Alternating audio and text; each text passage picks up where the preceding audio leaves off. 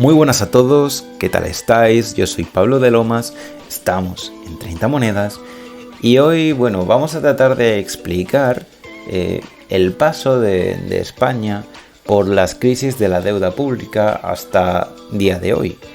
Es decir, vamos a tratar de desarrollar ciertas crisis de deuda que se han desarrollado en España, ciertos aspectos que han sido destacados en el pasado de nuestro país, para llegar a día de hoy a la situación en la cual nos encontramos.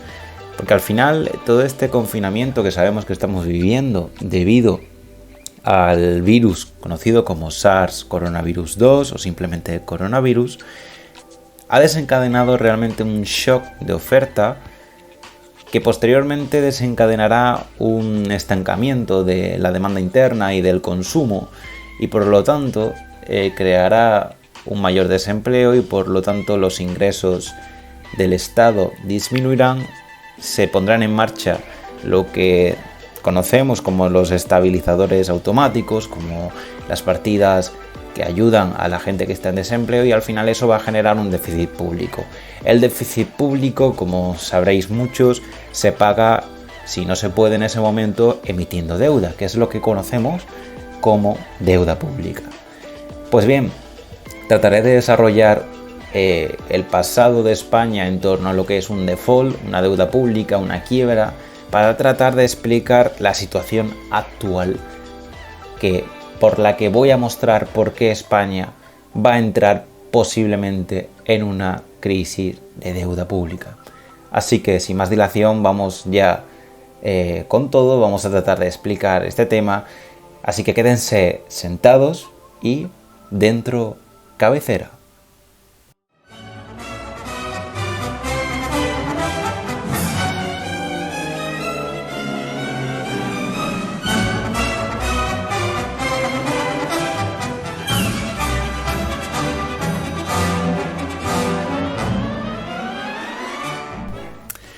Antes de tratar de explicar toda la historia y el momento que estamos viviendo acerca de la crisis en España, me gustaría aclarar en qué momento para un país surge una crisis de deuda pública. Pues una crisis de deuda pública surge cuando los impuestos recaudados por el Estado no pueden sostener sus cargas financieras. Es decir, estallan cuando los gobernantes se ven obligados a adoptar medidas drásticas para reducir la deuda. Esto quiere decir que el problema realmente no es tener una deuda abultada, sino el problema es realmente tener que afrontarla y pagarla. Realmente esto quiere decir que cuando necesitamos tener los medios necesarios para reducirla, es cuando aparecen los problemas y surge esta crisis de la deuda pública. Para solucionar esta deuda existen dos políticas que una es conocida como la ortodoxa y otra como la heterodoxa. La ortodoxa es aquella que trata de generar superávits presupuestarios con los que liquidar la deuda. Es decir, se recortan gastos o se aumentan los impuestos y las recaudaciones a través también de, por ejemplo, privatizaciones. La heterodoxa, sin embargo, consiste en una suspensión de pagos de los intereses o incluso del principal de la deuda, del total de la misma. Y de hecho, esta política, la heterodoxa, la suspensión de pagos, es la que comúnmente, históricamente, ha predominado en España, hasta, ya veréis, la época contemporánea. Todo este desarrollo histórico lo he conseguido gracias a un libro económico que es titulado como Las crisis económicas en España entre 1300 y 2012, elaborado por los autores Francisco Comín y Mauro Hernández. Concretamente me voy a parar en el capítulo 6, conocido como Apuros, ahogos, arreglos y bancarrotas, las crisis de la deuda pública en España entre 1504 y 2012. ¿De acuerdo? El libro empieza diciendo que los remedios ortodoxos que se han usado en España para atajar las crisis de deuda pública están primero en las reformas tributarias, donde por ejemplo se puede apreciar que entre los siglos XVI y XVII, tras la conquista de América y las Indias, los monarcas aumentaron considerablemente los impuestos para financiar guerras y conflictos. Sin embargo, en los gobiernos contemporáneos recurrieron a reformas tributarias como forma de atajar las crisis de deuda, donde se destaca, por ejemplo, la reforma de Mon de 1845, que aumentó la recaudación y disminuyó el déficit, la de Fernández Villaverde entre 1899 y 1908, y sobre todo la de entrada al euro y la Unión Europea entre 1993 y 2007. Y además encontramos la última, que fue entre 2010 y 2012, con motivo de mostrar pues una capacidad financiera y cumplir los objetivos pactados con la Unión Europea. Sin embargo, otro instrumento como remedio ortodoxo que hemos comentado es la privatización de bienes públicos. Pues Felipe II, el rey Felipe II, inició ya la enajenación de propiedades y derechos reales como compensación gratuita a asentistas. También a partir del siglo XVII se llevaron a cabo las ya conocidas desamortizaciones eclesiástica y civil que buscaban aumentar los ingresos de Hacienda, donde destacan las de Mendizábal en 1836 y la de Madoz en 1855, pero sí es verdad que nunca consiguieron suficiente dinero como para redimir la enorme deuda pública. Además, en la época actual contemporánea se destacan ciertas privatizaciones, como la que por ejemplo encontramos entre los gobiernos entre 1993 y 2001 para poder entrar en la Unión Europea, que aumentó la recaudación notablemente. Y así pues, otro elemento, ¿no?, a destacar de esta política son, como hemos dicho, las políticas heterodoxas, ¿no? Hemos comentado anteriormente lo que son las políticas ortodoxas que se han llevado a cabo en España, que realmente son las reformas tributarias y las privatizaciones. Y luego tenemos las políticas heterodoxas, que son realmente la suspensión de pagos de intereses o de la deuda principal. Y esto fue bastante frecuente, como he dicho anteriormente, entre los monarcas españoles. Fue bastante frecuente, bastante común que se recurriera al impago. Y sobre todo se prolongó hasta el siglo XIX. De hecho, desde 1814, España superó a Francia en el número de impagos totales, estableciendo un nuevo récord mundial. Ahora mismo quiero que me digáis un número concreto de las veces que pensáis que España ha entrado en suspensión de pagos. Quiero que penséis un número al azar. Y ese es el récord mundial, ¿de acuerdo? Venga, ¿ya lo habéis pensado? Pues ese número no es nada más ni nada menos que 40. 40 veces España ha establecido una suspensión de pagos en toda su historia. Solamente entre 1557 y 1739 hubo 9 suspensiones de pagos del Estado español. 3 con Felipe II, una con Felipe III, 4 con Felipe IV y otra más con Felipe V en 1739. Os estáis dando cuenta de que realmente la mayoría de las que he comentado abundan con una dinastía monárquica en España, que son las de los Austrias. Solamente hay un rey que pertenece a la dinastía de los Borbones, Felipe V, en 1739, que recurrió a la suspensión de pagos. Parece ser que los Austrias recurrieron con bastante más normalidad y bastante más frecuencia a la suspensión de pagos. ¿Y por qué? ¿Por qué la dinastía de los Austrias lo usó como instrumento? Pues fue con el único objetivo de reducir las cargas financieras y forzar a las Cortes a aumentar los impuestos, con el fin de seguir aumentando un techo de endeudamiento. Es decir, buscaban realmente financiar ciertas guerras que estaban llevando pues, en ciertas partes de Europa y también en América. Esto ya, como digo, en la dinastía borbónica se trató de reducir porque se vio que no era una política para nada efectiva. Sin embargo, ya para terminar, cabe destacar lo que son los déficits presupuestarios, ¿no? Porque hemos hablado de que realmente un déficit presupuestario puede realmente condenar a un país a tener una crisis de la deuda. Si el déficit presupuestario es muy fuerte, puede desencadenar una crisis de la deuda porque ese déficit puede llevar a aumentar la deuda a tal nivel que sería bastante, digamos, terrible, ¿no? de afrontar ese pago. Y cabe destacar que en España, tras 1850, los déficits ocurrieron en ciertos periodos, ¿no? Que sobre todo fueron periodos después de 1850, como entre 1861 y 1873, entre 1915 y 1922, con la guerra de Marruecos y demás, entre 1982 y 1996 y, como ya conocéis, entre 2010 y 2012, tras el estallido de la burbuja inmobiliaria y la crisis de Lehman Brothers. Pues como os estáis fijando, hasta 1958, o hasta el franquismo más o menos, los déficits presupuestarios nacían siempre de la financiación de las guerras. Es decir, tú tenías un conflicto bélico, como por ejemplo he comentado la guerra de Marruecos, y tú te endeudabas para tratar de solventar ese gasto excesivo y extraordinario que estabas llevando a cabo.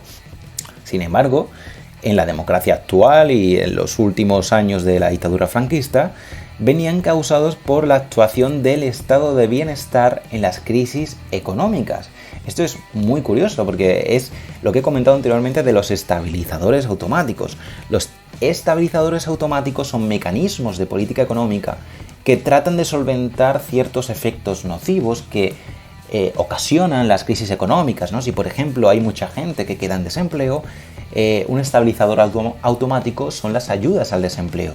Esto ocasiona que, como hay menos gente cotizando, los ingresos fiscales disminuyen y como también las partidas presupuestarias de gasto hacia estas personas que ahora están en desempleo aumentan, ocasionan un déficit presupuestario bastante considerable.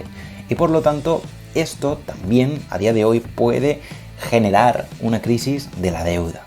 Por lo tanto, hay que distinguir, como digo, dos fases. La primera fase durante los reinados de los Austrias, que las causas fueron desastrosas debido a las guerras libradas en Europa y América, donde los enormes gastos militares se financiaron con gravosos préstamos a corto plazo.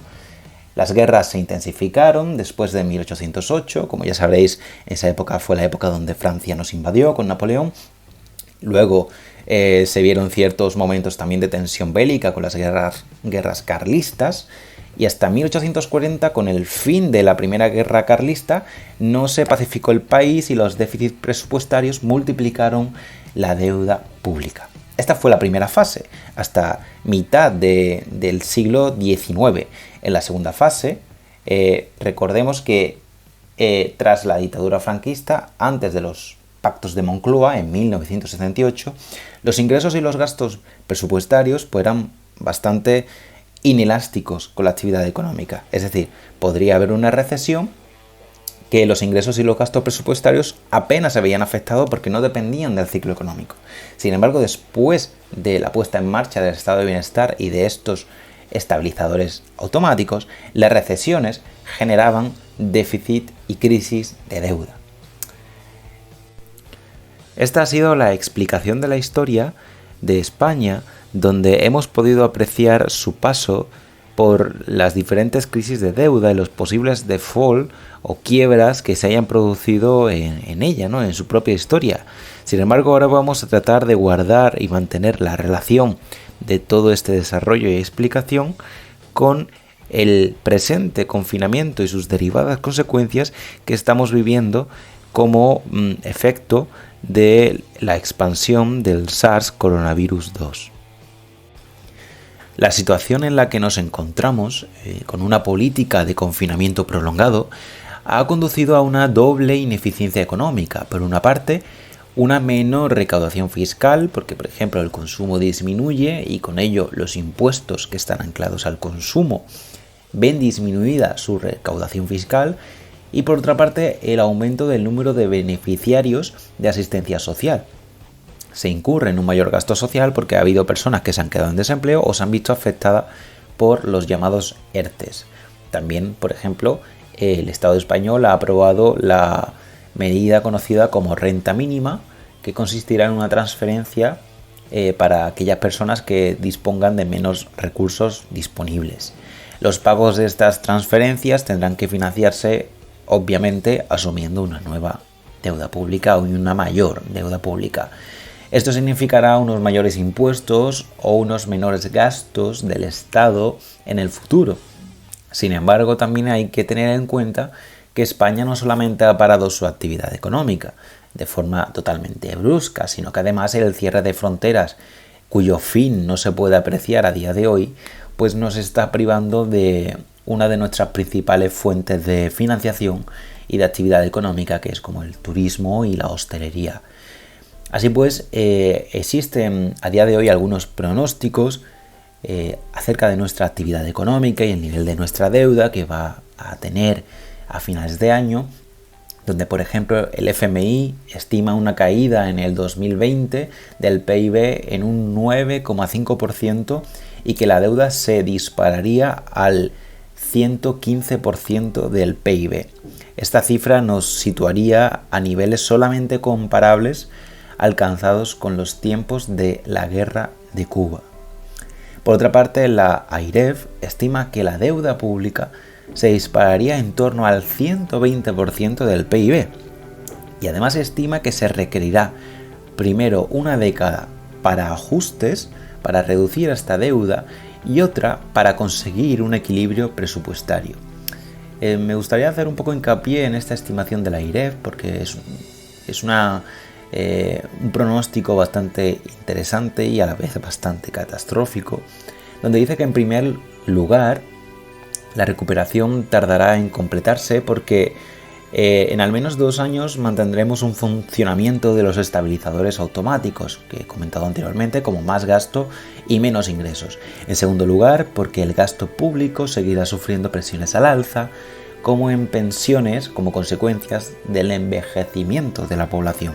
Y además España tendrá que financiar de nuevo toda la deuda, incurriendo en un importante aumento de gasto en intereses de deuda, porque también los intereses hay que pagarlos. Los intereses son el coste de la deuda. No las deudas nunca tienen un interés cero. Esto es muy importante tenerlo en cuenta. Y además todos estos factores harán que sea necesario un fuerte ajuste presupuestario. Y una vez que España consiga controlar el déficit público, para que el ajuste sea más intenso en la deuda pública, será necesario llegar a una situación de equilibrio presupuestario. Para poder reducir la deuda, se deberá de incurrir en un déficit cero o en un superávit, es decir, que los ingresos siempre sean mayores que los gastos. Esto no es para nada común la situación española. España de normal siempre ha tenido, o casi siempre ha tenido, un déficit público. Y aún así será necesario esperar otra década para volver a los niveles de deuda previos al coronavirus. Es decir, estamos hablando de 20 años para tratar de reducir una deuda que vamos a disparar por 1 mes y medio confinados en nuestras casas y posteriormente por las consecuencias que eso ha llevado, como el cierre de empresas o el aumento del desempleo. Estos han sido los pronósticos y me gustaría terminar un poco este podcast con las medidas que pueden ser oportunas para tratar de evitar esta catástrofe de crisis de deuda y de default que puede llevar no solamente a España, sino a otros países de la Unión Europea, como por ejemplo Italia o incluso Grecia. Así pues, estas medidas tienen que ser iniciativa de la Unión Europea, que necesita actuar con rapidez, bastante rapidez. Y todas las medidas que Europa ha adoptado hasta el momento, como el Fondo Europeo de Mecanismo de Estabilidad, el Programa de Ayudas para el Empleo SURE o el Fondo de Recuperación, se basan en préstamos bajo condiciones favorables. O sea, es evidente de que estos préstamos lo que van a hacer al final es aumentar todavía más la carga de deuda de los países afectados. Así que no obstante tiene que haber otra propuesta sobre la mesa para evitar una nueva crisis de deuda en Europa. Esas propuestas, según un artículo que os dejaré en la descripción, son 4 propuestas y estas propuestas, pues las que se destacan para la Unión Europea son las siguientes. La primera es la mutualización de la deuda. Esta es una medida muy escuchada y debatida en los medios de comunicación porque es lo que se conoce como los coronabonos. Es decir, emitir unos bonos que sean comunes para toda la Unión Europea para respaldar los costos fiscales de combatir el coronavirus. Lamentablemente esta medida está lejos de lo que es la realidad europea, ya que hay ciertos países que no están de acuerdo y son más de uno, más de dos y más de tres países que no ven con buenos ojos esta nueva medida. Y de hecho hace ya algunos años que se hablaba de esta posible emisión de eurobonos realmente, que antes eran conocidos como eurobonos, pero ahora han pasado a llamarse como coronabonos. Y hasta ahora no se han aprobado y realmente no hay perspectivas de que se emita en los próximos meses. La segunda medida son habilitar transferencias monetarias directas. Y estas transferencias directas las otorgaría el BCE a ciertas empresas a través de ciertos mecanismos de cumplimiento, ¿no? De ciertos requisitos. Pero sin embargo serían también difíciles de implementar, ya que resulta complicado identificar a las empresas que realmente necesitan estas transferencias. Además, como diseñar el programa de actuación, ¿no? La tercera medida estaría relacionada con la reestructuración de la deuda, es decir, permitir que una parte parcial de la deuda pueda ser realmente no pagada, es decir, que pueda ser incumplida. O sea, lo que se conoce como un alivio inmediato por parte del Banco Central Europeo de la deuda de todos los países de la Unión Europea. Convertir una fracción de la deuda soberana en ciertos bonos de cupón cero que aliviaría la carga de la deuda instantáneamente. Esta medida también carece un poco de rigor porque no todos los países están de acuerdo, porque no todos los países están endeudados al mismo nivel, pero sin embargo sí que se está valorando con más optimismo esta medida que las dos anteriores.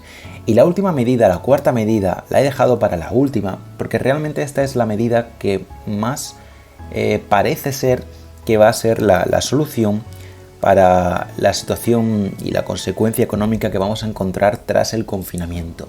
Esta medida os sorprenderá a muchos, pero ha sido propuesta por el gobierno español. O sea, es de admirar para mí que el gobierno español haya propuesto a la Unión Europea la medida que más se está valorando para todos los países europeos en este momento. Y esa medida es conocida como la mutualización del gasto. España propone un fondo europeo de recuperación de escala masiva de hasta 1,5 trillones de euros financiados a través del mismo mecanismo que fija el presupuesto de la Unión Europea. Sería un fondo común para poder financiarse, pero este fondo no te financiaría con préstamos como las medidas que anteriormente he comentado al principio, sino que financiaría con subvenciones a los Estados miembros en proporción al daño infligido por la pandemia. Sería algo parecido, tengo entendido, esto sería bastante parecido a lo que fue el Plan Marshall en su idea de subvenciones. En el Plan Marshall se subvencionó a los países que disponían de un mayor daño de destrucción ocasionada por la guerra, como por ejemplo fueron Alemania y Francia. Su puesta en marcha de esta medida, de la mutualización del gasto, tendría que ser bastante rápida, comenzando a gastar el próximo 1 de enero y con un horizonte de 2 o 3 años. Así pues, para que resulte esta medida factible, tendría que ser financiado por la Unión Europea emitiendo unos bonos perpetuos. Los bonos perpetuos son los que no tienen vencimientos. Y esta solución tiene sus méritos. Primero porque, con algún matiz, parece ser políticamente aceptable por todos los países europeos e incluso el norte, que estaba poniendo bastante problemas con los eurobonos o los coronabonos. Y también porque parece otorgar al sur, países como España, Italia o Grecia, un espacio fiscal deseado para recuperarse tras la crisis. Sin embargo, parece que todavía no está muy claro, ¿no?, de si esta medida se va a aceptar finalmente o no, pero sin embargo esta medida está ya consiguiendo cierto consenso dentro del nivel europeo, ¿no? Y este ha sido un poco el podcast. He tratado de analizar los problemas que ha tenido siempre España con sus niveles de deuda, cuáles han sido las soluciones que se han llevado a cabo en la Hacienda española, cuál es la situación actual debido al confinamiento provocado por el SARS coronavirus 2, viendo ciertos pronósticos del FMI, de la IREF y ciertas medidas que se han puesto sobre la mesa en un artículo que es de destacar en el blog Nada es Gratis, un blog que os recomiendo rotundamente porque trata con cierta objetividad y cierto ámbito científico muchos temas actuales. Y os he destacado estas 4 medidas, entre la que más optimismo tiene, nada más y nada menos, ha sido propuesta por nuestro gobierno, donde Nadia Calviño, la ministra de España de Economía, ha tenido, la verdad hay que reconocer, cierta importancia, y al igual que otros europarlamentarios españoles.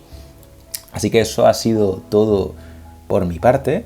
No sin antes, como siempre ya sabéis, me gustaría destacar la frase, porque a mí siempre me gusta despedirme con frases, y la frase que voy a soltar hoy va a ser la siguiente. Esta cita fue dicha por el economista estadounidense Thomas Sowell y dice así: la primera lección de la economía es la escasez. Nunca hay bastante de algo para satisfacer a todos los que lo desean. Sin embargo, la primera lección de la política es ignorar la primera lección de la economía. Pues esto ha sido todo por mi parte, muchas gracias por escucharme, espero que os haya sido totalmente de provecho. Si os ha gustado ya sabéis que podéis suscribiros al canal para estar más cerca de las próximas publicaciones, así que con esto me despido. Muchas gracias de nuevo, un saludo y hasta otra.